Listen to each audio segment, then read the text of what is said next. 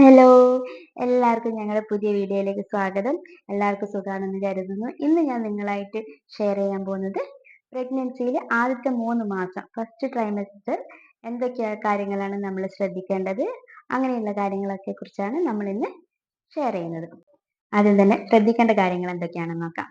ഭാരം എടുക്കുന്നത് പരമാവധി ഒഴിവാക്കുക. കാരണം ഈ വെയിറ്റ് ഒന്നും തൂക്കി പിടിച്ച് ഇങ്ങനെ എടുക്കുന്നത് യൂട്രസിന് അത്ര നല്ല കാര്യമല്ല. അതുകൊണ്ട് തന്നെ പരമാവധി വെയിറ്റ് ഉള്ള വസ്തുക്കൾ കാര്യങ്ങളൊന്നും എടുത്തിങ്ങനെ പൊന്തിക്കാതിരിക്കുക. അതുപോലെ തന്നെ ഒരുപാട് നേരം ഇങ്ങനെ കുനിഞ്ഞിട്ട് പെട്ടെന്ന് ഇങ്ങനെ നിവരാതിരിക്കുക. അതൊക്കെ ഒന്ന് ശ്രദ്ധിക്കുക. പിന്നെ നമ്മൾ ശ്രദ്ധിക്കേണ്ട കാര്യം എന്ന് പറയുന്നത്, ചില ആൾക്കാർക്ക് പ്രഗ്നൻസി എന്ന് പറയുന്നത് പ്ലാൻഡ് ആയിരിക്കും. അതിൽ 3 മാസം മുമ്പേ അവര് ഫോളിക് ആസിഡ് ഒക്കെ കഴിച്ചു തുടങ്ങുന്നുണ്ടാവും. അല്ലാതെ പ്ലാൻ ഒന്നും ചെയ്യാതെ പ്രഗ്നന്റ് ആകുന്നവരാണെങ്കിൽ പ്രഗ്നന്റ് ആണ് എന്ന് അറിഞ്ഞ ഉടനെ തന്നെ നമ്മൾ ടെസ്റ്റ് ഒക്കെ ചെയ്യല്ലോ. അപ്പൊ ടെസ്റ്റ് ഒക്കെ ചെയ്ത് പോസിറ്റീവ് ആണെങ്കിൽ 2 ദിവസത്തിനുള്ളിൽ തന്നെ നമ്മളൊരു ഡോക്ടറെ കൺസൾട്ട് ചെയ്യേണ്ടതാണ്. കാരണം നമുക്ക് ആ സമയങ്ങളിൽ ഫോളിക് ആസിഡ് ആവശ്യമാണ്, അയൺ, കാൽസ്യം, ഇതൊക്കെ നമുക്ക് നമ്മുടെ കുഞ്ഞുങ്ങൾക്ക് ആവശ്യമായിട്ടുള്ള ഒരു ഘടകമാണ്. അപ്പം നമ്മൾ എന്തായാലും ഒരു ഡോക്ടറെ പെട്ടെന്ന് തന്നെ എന്തായാലും ഡോക്ടറെ കാണിക്കും. പക്ഷെ അത് പെട്ടെന്ന് തന്നെ നമ്മൾ കാണിക്കാൻ ശ്രദ്ധിക്കാം.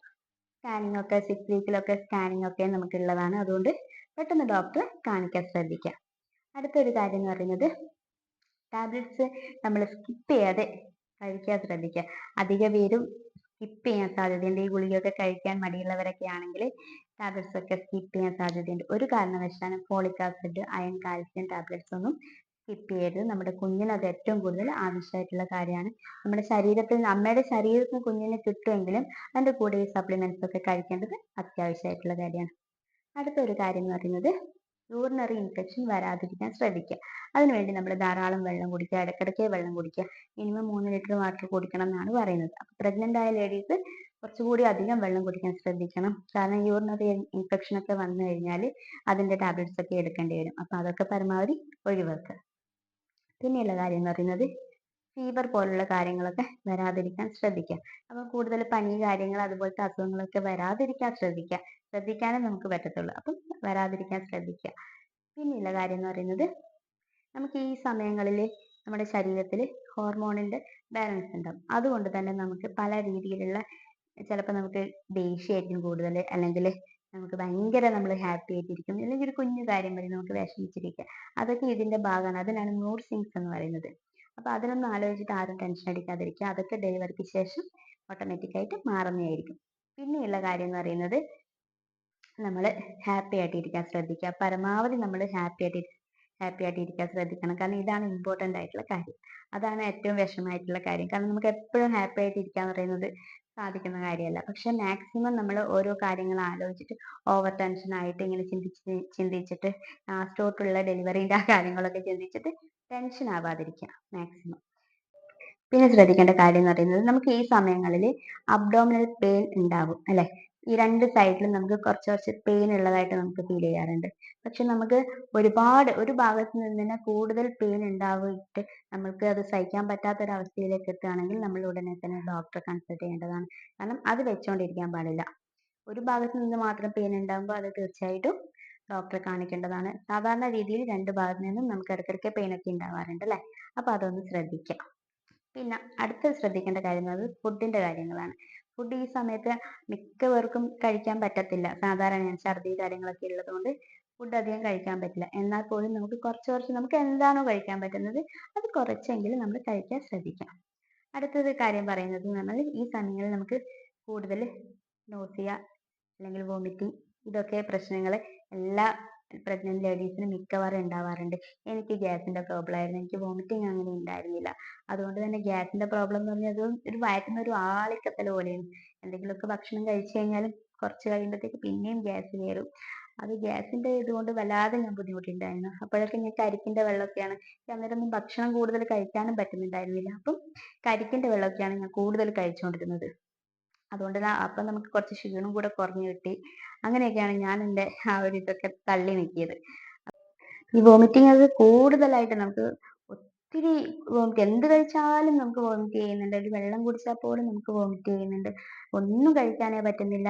അങ്ങനെ ഒരു അവസ്ഥയാണെങ്കിൽ നിങ്ങൾ ഡോക്ടറെ കാണാൻ പോകുമ്പോൾ ഒന്ന് പറയാ. അപ്പോൾ ഡോക്ടർ നമുക്ക് അതിനുള്ള ടാബ്ലറ്റ്സ്, വേറെ പ്രശ്നങ്ങളൊന്നും ഇല്ലാത്ത ടാബ്ലറ്റ്സ് ഒക്കെ ഉണ്ടാവും. അപ്പൊ അതൊക്കെ തരും. അതൊക്കെ തന്നാലും നമ്മൾ അത്യാവശ്യമാണെങ്കിൽ മാത്രം, മാക്സിമം നമുക്ക് പറ്റുന്നില്ലെങ്കിൽ മാത്രം കഴിക്കാനായിട്ട് അടുത്തിട്ട് ശ്രദ്ധിക്കേണ്ട ഒരു കാര്യം എന്ന് പറയുന്നത് ട്രാവലിംഗ്. ആദ്യത്തെ 3 മാസം പരമാവധി ട്രാവലിംഗ് അവോയ്ഡ് ചെയ്യുന്നതായിരിക്കും നല്ലത്. നിങ്ങൾക്ക് ഒഴിവാക്കാൻ പറ്റാത്ത യാത്രകളൊക്കെ ആണെങ്കിൽ നിങ്ങൾക്ക് ഡോക്ടറെ കൺസൾട്ട് ചെയ്തിട്ട് ഡോക്ടർ പെർമിഷനോടുകൂടി ദൂരെ യാത്രയൊക്കെ ആണെങ്കിൽ നിങ്ങൾക്ക് പോകാവുന്നതാണ്. ഹെൽത്തിന് വേറെ പ്രശ്നമൊന്നും ഇല്ലെങ്കിൽ നിങ്ങൾക്ക് അങ്ങനെ പോകാവുന്നതാണ്. അല്ലാതെ നമ്മൾ ഒഴിവാക്കാൻ പറ്റുന്ന ട്രാവലിംഗ് ഒക്കെ ആണെങ്കിൽ പരമാവധി അത് ഒഴിവാക്കാൻ ശ്രദ്ധിക്കുക. കാരണം നമ്മുടെ റോഡിന്റെ അവസ്ഥയൊക്കെ നമുക്കറിയാം. മഴക്കാലമൊക്കെ ആകുമ്പോൾ കൂടുതൽ കുണ്ടും കുഴിയൊക്കെ അധികമാവാനുള്ള ചാൻസസ് ആണ്. അപ്പം നമ്മൾ അങ്ങനെയുള്ള യാത്രകൾ ഒഴിവാക്കുന്നതായിരിക്കും എപ്പോഴും നല്ലത്. അതുപോലെ തന്നെ ബ്ലീഡിങ് പ്രഗ്നൻസിന്റെ ആദ്യ ആ ടൈമിലൊക്കെ ചെറിയൊരു സ്പോട്ടിങ് പോലെയൊക്കെ ഉണ്ടാവും. അത് 1-2 ദിവസത്തിനുള്ളിൽ അതങ്ങ് മാറുകയും ചെയ്യും. അല്ലാതെ കൂടുതലായിട്ട് ബ്ലീഡിങ് ഒക്കെ ഉണ്ടെങ്കിൽ അതും നിങ്ങളൊന്ന് ഡോക്ടറെ കാണിക്കണം. അതും വെച്ചുകൊണ്ടിരിക്കാൻ പാടുള്ളതല്ല. പെട്ടെന്ന് തന്നെ ഡോക്ടറെ കൺസൾട്ട് ചെയ്യേണ്ടതാണ്. പിന്നെ ഈ സമയങ്ങളിൽ ചില ആൾക്കാരോട് ഡോക്ടർ പറയാറുണ്ട് കംപ്ലീറ്റ് ബെഡ് റെസ്റ്റ് എടുക്കണം എന്നൊക്കെ പറയാറുണ്ട്. അങ്ങനെയുള്ളവരാണെങ്കിൽ തീർച്ചയായിട്ടും ഡോക്ടർ നിർദ്ദേശപ്രകാരം അതുപോലെ തന്നെ ഡോക്ടർ എന്താണോ പറയുന്നത് അതേ രീതിയിൽ തന്നെ ഫോളോ ചെയ്യാൻ ശ്രദ്ധിക്കുക. കാരണം അവരുടെ ഹെൽത്ത് വീക്ക് ആയതുകൊണ്ടായിരിക്കും അവരോട് ബെഡ് റെസ്റ്റ് ഒക്കെ എടുക്കാൻ പറയുന്നുണ്ടാവുക. അപ്പം ആ രീതിയിലൊക്കെ അങ്ങനെ ശ്രദ്ധിക്കണം തീർച്ചയായിട്ടും. പിന്നെ ബാക്കിയുള്ളവരൊക്കെ ആണെങ്കിൽ അത്യാവശ്യം നമ്മുടെ ഡെയിലി റൊട്ടീൻ പോലെ ചില നമുക്ക് ചെയ്യാൻ പറ്റുന്ന ചില ജോലികളൊക്കെ ചെയ്യാവുന്നതാണ്. ഫുൾ ബെഡ് റെസ്റ്റ് ആയിട്ട് ഇങ്ങനെ കിടക്കേണ്ട ആവശ്യമൊന്നുമില്ല. നമ്മൾ എപ്പോഴും ആക്റ്റീവായിട്ട് ഇരിക്കുന്നത് നല്ലത് തന്നെയാണ് കുഞ്ഞിന്. അതുപോലെ തന്നെ കൂടുതൽ വ്യായാമങ്ങൾ ഓവറായിട്ട് നമ്മൾ ശരീരം ഇളകിയിട്ടുള്ള വ്യായാമങ്ങളൊക്കെ ആണെങ്കിൽ അതൊക്കെ കുറച്ച് നാളത്തേക്ക് ഒഴിവാക്കുക. അല്ലാതെ യോഗ പോലെയുള്ള കാര്യങ്ങളൊക്കെ ആണെങ്കിൽ ചെയ്യാവുന്നതാണ്. അതൊക്കെ നല്ലതാണ്. അപ്പോൾ ഇന്നത്തെ വീഡിയോ ഇത്രയേ ഉള്ളൂ. എല്ലാവർക്കും യൂസ്ഫുൾ ആയിരിക്കുമെന്ന് വിചാരിക്കുന്നു. അതുപോലെ തന്നെ എൻ്റെ വീഡിയോ കാണുന്ന ആരെങ്കിലും പ്രഗ്നൻ്റ് ആയിട്ട് ഇരിക്കുന്നവരാണെങ്കിൽ അവർക്കൊരു കൺഗ്രാജുലേഷൻസ് ഞാൻ പറയുന്നു. അപ്പോൾ അവർ കൂടുതലായിട്ട് ശ്രദ്ധിക്കുക, ഹെൽത്തി ആയിട്ട് ഇരിക്കുക, എപ്പോഴും ഹാപ്പി ആയിട്ട് ഇരിക്കുക. നിങ്ങളുടെ ഫ്രണ്ട്സിനൊക്കെ ഈ വീഡിയോ പരമാവധി ഷെയർ ചെയ്യാൻ പറ്റുമെങ്കിൽ ഷെയർ ചെയ്ത് കൊടുക്കുക, ലൈക്ക് ചെയ്യുക.